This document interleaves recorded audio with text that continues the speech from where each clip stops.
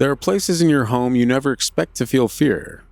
Most nights, those spaces mean nothing, but on rare occasions, they become stage and spotlight for something watching, something waiting for you to notice. Tonight we pull back the veil on stories that unfold within the so-called safety of our own walls. Tales of things that knock when no one is there, or hide behind locked doors that were never supposed to be opened. Whatever you believe about ghosts or the unexplained, these stories will leave you checking the locks twice. And maybe, just maybe, leaving a light on in the hallway. We'll see you on the inside.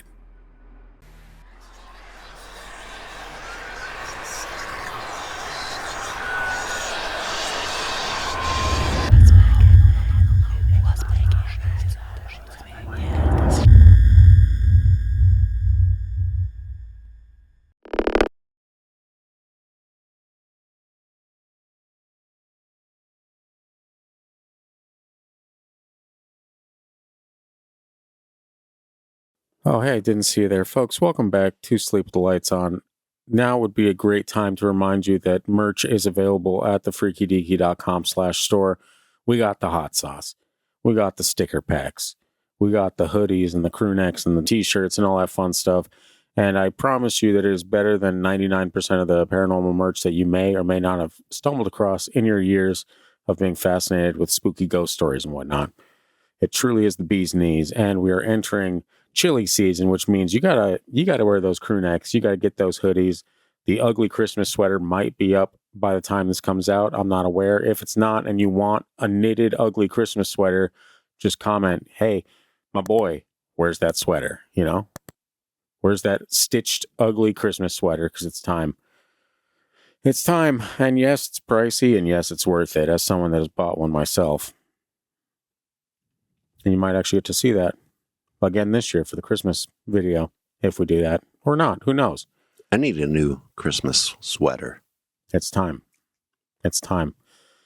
There's the bean one. It's knitted. It's a great design. Nice big can of beans on it. Who would resist? Who would want that? Yep. Everyone's shaking and going, yeah, I would like that. It's fine. I will sign it for you. $100 a pop. Yeah. There's nothing really does beat the look on your face when I hand you a fresh can of beans to sign whenever we get those in. If people donate certain amounts or whatever, I'll just throw in cans of beans. Or if they place big orders, I'm like, yeah, let's throw in a signed can of beans. That's the icing on the cake. It's the bacon on the beans, if you will. Yeah. It's kind of nice to have that novelty. There's not but many bean can signers in this world. Exactly. And you're a Leo, so you love the attention. I don't know why you act like you don't like sign. I know you love signing these cans of beans, Christian, and the people enjoy them. Last Christmas, we got a message from someone saying, my wife loves the show.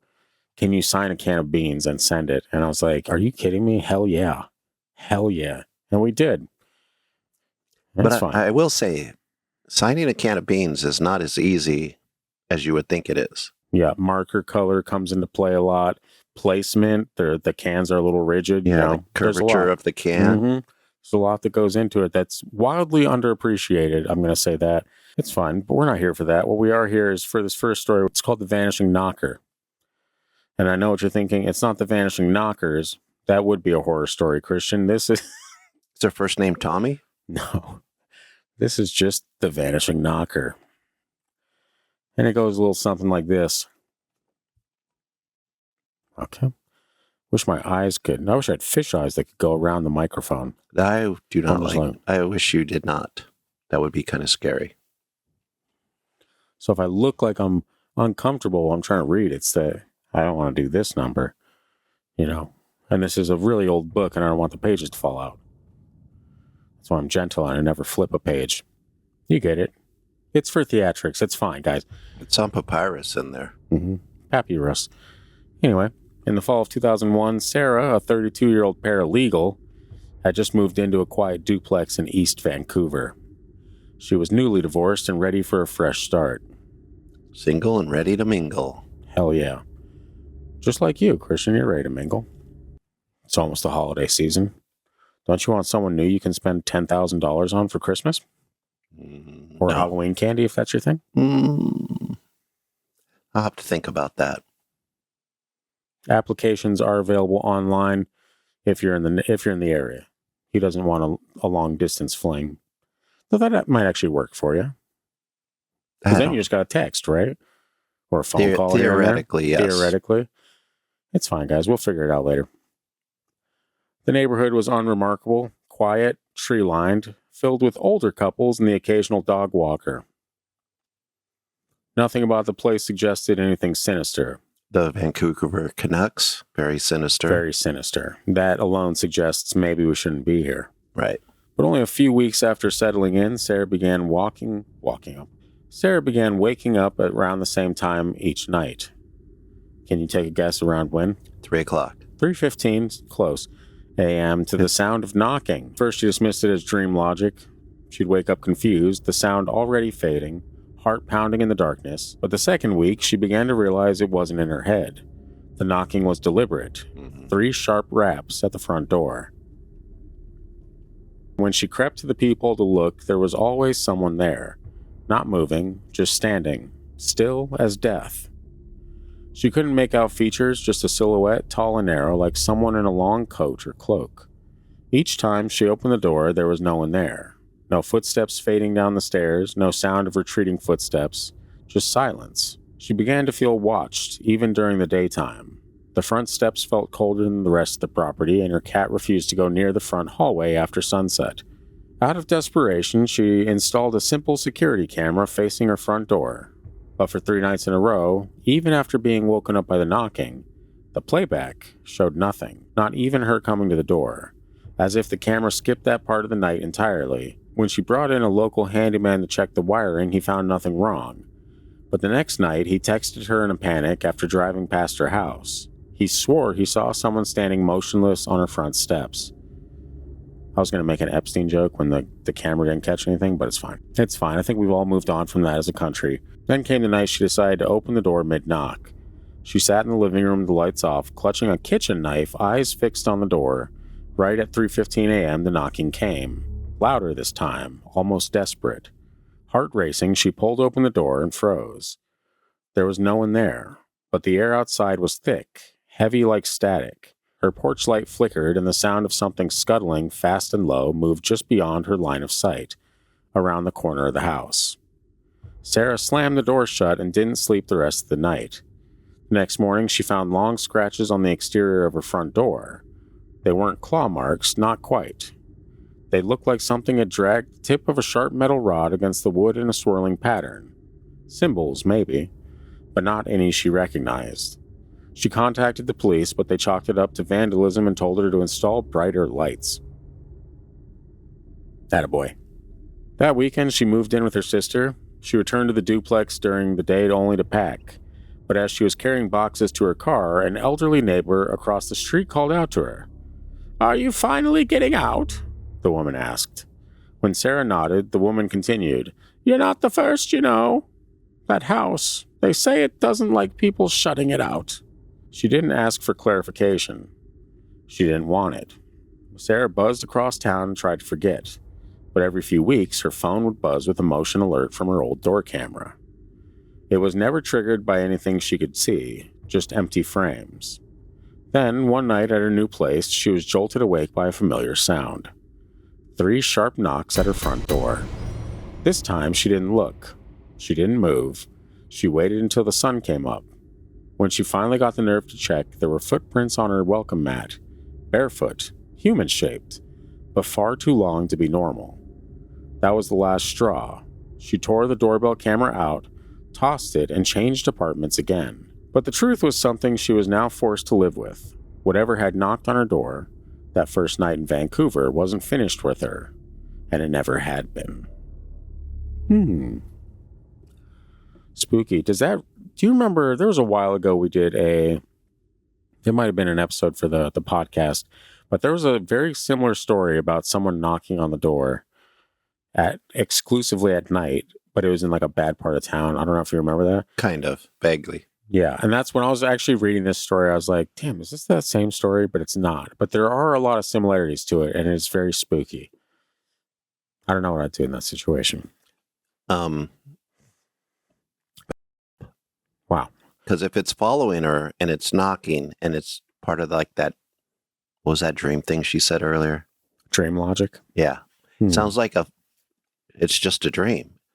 Because remember, when she looked at the video, she didn't even see herself go to the door.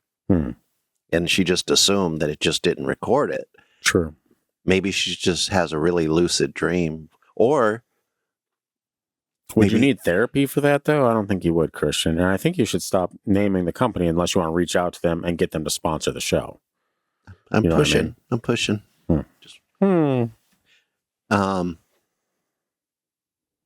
There was something else I was going to say.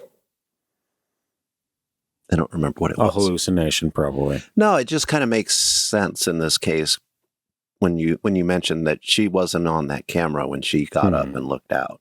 But the other thing I was going to say is maybe it's her consciousness and she's seeing and hearing things that are going on around her that normally she couldn't pick up on, because we can't pick up on a lot of what's going on around us because we can't see and hear it because we're not capable of it as humans. But there's things going on around us all the time. And like we've talked about many times, some people can see it better than others. That is true. I can't see these ghosts and demons and hat men. But we know they're there. And when we search our hearts, they're there. I don't believe you. We both secretly know they're there. One of us doesn't like to admit that they're there. You want to the hear? Other person knows they're there and admits they're there because that's sane. That's having an ounce of sanity. You remember your torso story? Yes. I actually was researching, trying to find an actual case of a torso. In California City? Yeah. I know. That's the boys of Belief Hole were doing the same. What year was it? It was probably... approximately. Maybe 2005, 2006. Okay. I think the one that's... There's one a little bit after that. So I was like... Interesting. But was it a soldier? No. Yeah. I mean, not what I found. So to me, though, that would be such an old story that we'd probably have to go back to where, before there was a newspaper in that area. Yeah. Yeah, it makes it a little difficult, The internet only goes so far back. I'm not done looking that up, though. Just thought of somebody that I can reach out and ask, a historian in the area. Yeah, that'd be very interesting. Hey, excuse me, is there any limbless soldiers, perhaps? Bob, I haven't talked to you in years. I'm going to ask you a crazy question. I don't want you to think about it too much. Don't judge me when I say this to you. But, yeah, that's interesting. I know talking to the guys at Belief Hole, they were going and doing some research into that too. And they actually found something that was kind of interesting. I can't remember what it was, but they looked way more into it than I ever did. And I was just like, oh, that was creepy. Anyway, time to go work at McDonald's, I had other fish to fry. Fillet of fish to fry. That was not a sponsor. It's not real fish. Yeah. Well, nothing at McDonald's is real. Not even their fries. They're technically real, Christian. You put them in your mouth and you poop them out. You can't do that with just air. You can do that with cardboard, which most of their food tastes like. But is cardboard real? Yes. There we go. Doesn't mean it's real food. But anyway, back to the ghost at hand. We're in Vancouver. We are. Could be sacred ground.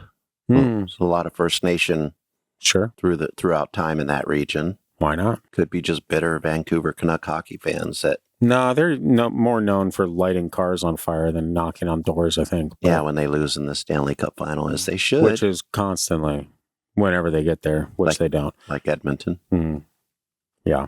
I mean, you can talk trash about our team, but our team's won the Cup twice since the last time a Canadian team won. That is true. I just didn't know we were going to be... Once you mention Vancouver, I'm like, I always think There's about... There's no way to avoid it. They're rioting that time. Yeah. It's a pretty dark day for you guys, huh? Want to talk about it? Because we don't. What we do want to do is get back into this next story, and we're going to do that after a word from our sponsors. Hit it. I'm hearing word that we actually don't have sponsors, and that's crazy because I thought we've been doing the show for 5 years now, and we should have just people lining up to sponsor this show. And if you would like to sponsor this show, you can do so by buying a $29 shout out or small ad read on holler.baby/thefreakydeaky. I like to holler at babies. The holler babies. Go do that. As we get into this next story, think about what you want to make Christian say for $9 at holler.baby/ the freaky deaky. Interesting timing as always. I'm more concerned with what's going on with these lights. Power surge. And I challenged the ghost a little while ago. Here they are. They're coming for us. Welcome. Hello, darkness. No. Oh, yeah. God. That's fine, guys. Whatever happens the remainder of this episode, so be it. But in the meantime, well, we still have power. We're going to get into the second story called The Locked Door Incident. And this one... The door was locked? It was. From the inside? I guess you're going to have to find out. These lights are really giving us the old, what for? It's fine. That's making me wonder if there's like a brownout coming or something like that. Hopefully not. Let's see how far we get in this episode. Just credits roll right there. Yeah. Sorry for the shorter episode, folks. You should do that anyway now. Yeah. Be like, I guess everything's fine. Anyway, the locked door incident. There's something unnerving about doors that won't open. Damn it. Open. Especially when you know there's no reason they should be locked. That's what stuck with Kenji, a university student living in a modest Tokyo apartment near Shibuya. Shibumika. The mask from Crash Bandicoot. That's fine. Shibuya. That sounds made up. Is that how you say it? Shibuya? I've never been to Japan. You look like the kind of guy that's obsessed with Japanese culture, though. I do like Japanese culture. It's pretty cool. Hey, look at that. I agree. Anyway. I'm not the anime guy, though. See, that's what I meant when I said that. He was a quiet, studious type, not prone to drama or exaggeration. His building was old, but well kept, tucked between a family mart and a karaoke bar. Classic. One of those on every corner out there, I'm sure. It's fine. It wasn't glamorous, but it was home. Except for that one door at the end of the hallway. The one no tenant had ever seen open. It was a steel gray slab with no nameplate, no number, and no keyhole. When Kenji moved in, he asked the landlord about it. Storage. Just kidding. I'm not going to do the accent. That sounds racist, right? Yeah. Coming from me, is it racist? Yeah, it is. Guys, it is. Weigh in. Oh, wait. You don't have to wait. It feels like a resounding yes. I forgot. Racists don't want us calling it racist anymore. What is it? I don't know, man. Just living our life. Just being just doing what we do. Just being offensive. But if it's not intentionally offensive, is it really offensive? Or can you be held responsible if you're not intending to offend someone? We're not that kind of show. Let's get back to the story. I think there's a very deep catalog of wildly racist episodes in our podcast that would say otherwise, but it's fine. I'm just going to say storage like a white man. It didn't say storage. Just kidding. It's fine. He asked the landlord about it, and the landlord, who is a white man in Tokyo, Japan, just said, storage, bro. There you go. Happy? Now it's my culture. I've gentrified this story, Christian. As you do. That's what I'm known to do. That's fine. The old man had muttered without meeting his eyes. Maintenance, not for tenants. Electricity. That was the end of the conversation. Danger. Oh, no, it's fine. But the door lingered in Kenji's mind. He'd walked past it daily on his way to class, and sometimes at night. He could swear he heard something faint on the other side, like dragging footsteps or furniture scraping against the floor. One night, Kenji came home later than usual after studying with friends. The hallway was quiet, lit by flickering overhead fluorescents. As he approached his unit, he noticed something different. The air felt colder, still, and that door, the one that was never opened, was slightly ajar. Just an inch or two, but enough to see a sliver of pitch black beyond the threshold. He froze. His instinct screamed at him to walk away, but curiosity overruled it. He inched closer, phone flashlight in hand. "Hello?" He called softly, half hoping no one would answer. No response. No sound at all. He gave the door a gentle push, expecting resistance. Instead, it creaked open into total darkness. The air beyond was stale and humid, like an old basement sealed for decades. Kenji hesitated, then stepped inside.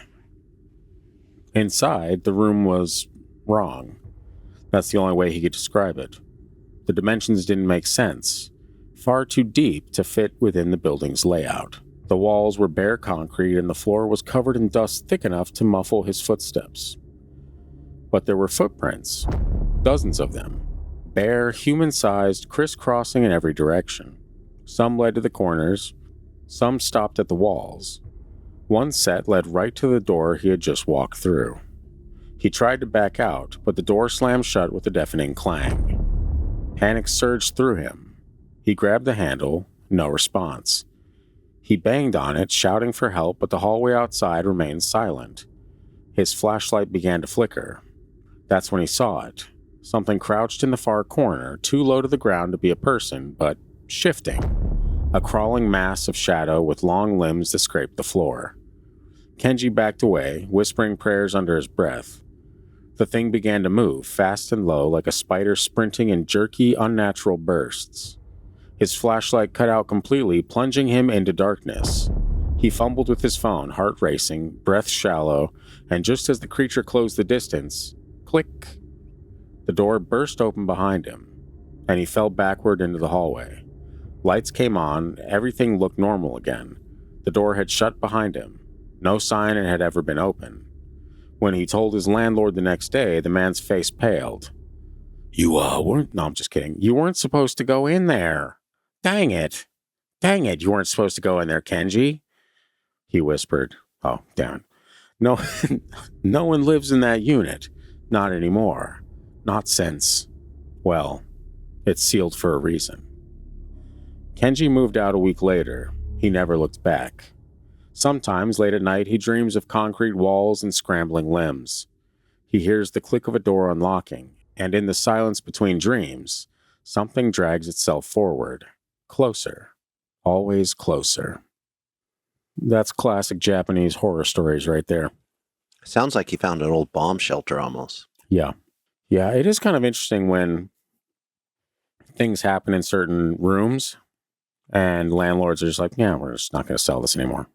Or like if a murder takes place in a hotel or something like that, sometimes they just won't even rent it out. They're like, yeah, we're just done with this. Maybe they have laws there too about some of that stuff that you can't really do.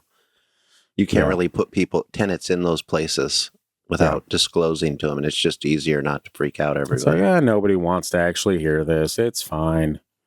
It's fine. It's haunted by a weird limby beast. What can I say? I'm tired of Christians saying it's all in my head. Send them to the limb room. No, creepy. That story I could visualize a little too well. It's a little spooky, but right on par for Japanese lore, you know? Right. That one, that would be terrifying if that could actually happen. I think it can. I'm not saying this particular story is 100% true. Granted, someone shared it as, gospel, being like, I experienced this, but... Kenji, yes. I don't know. Sometimes that has almost an edge of like the elevator game or something. Like, you remember, is that Korean, I think? Koreans have some crazy, scary stories as well. But this one feels like it might have been manipulated a bit and turned into like folklore over time. You know what I mean? Possibly. There's a lot of folklore. Like it could have started as like a creepy true story, and then over time, as it gets told more and more and more, it just gets creepier and creepier until it's no longer just a janitorial closet and it's a limb monster. That concrete room, though, that seems to tell me that there's something else going on there, or there had been something else going on in the past. Well, unfortunately, we just won't ever know. Unless Kenji reaches out to us. There's still time, Kenji. Make it so. And your heart of hearts. Search it. Share your story with us. And that goes for all of you listening to this show. Share your story with us. You can send in your story, and maybe we get it on an episode of Sleep with the Lights On. Maybe it makes it into one of the podcast listener story episodes. But send in your true and terrifying paranormal experiences to the gang at thefreakydeaky.com. There's nothing we love more in this room. Just the two of us, I guess. There's nothing we love more than freaky listener stories from TFD listeners, and that is you guys. So be sure to send in those stories. Comment your thoughts on this episode's stories. What do you think? What do you feel? Does it feel made up? And that's kind of hard with this particular format with Sleep with the Lights On, because in the past, we just had like direct stories from people that we would share and be like, this is their words. We're sharing their words and giving them to you. But with this format, we're making it more spooky. It's read more as like a campfire tale. And I don't know if that makes it. Thank you. I was dying. That happens. I don't know if that makes it more. I don't know if that makes it less believable, because it sounds like it, it's being told in the third person pretty much. And so you're like, oh, this is just a fake story. It's made up. But every story that we share on this particular show stems from a true story. It's just a little more cinematic in nature. We do have a show coming out in the near future that might actually be dropping alongside this. So I don't know, but called Two Truths and a Lie, where we're going to be going over 3 stories, 2 of which are based in reality and 1 that is completely fabricated. And it's going to be Christian's responsibility to figure out which one is fake. And he's going to be like, well, that's easy. All 3. And that's not the way it's going to work. I'll pick one that's less fake than the others. But in the meantime, folks, that is all I've got for you. Let us know in the comments your favorite story from this episode of Sleep with the Lights On. Be sure to join us and make sure you subscribe to the channel. Tell your friends. Help us get the word out.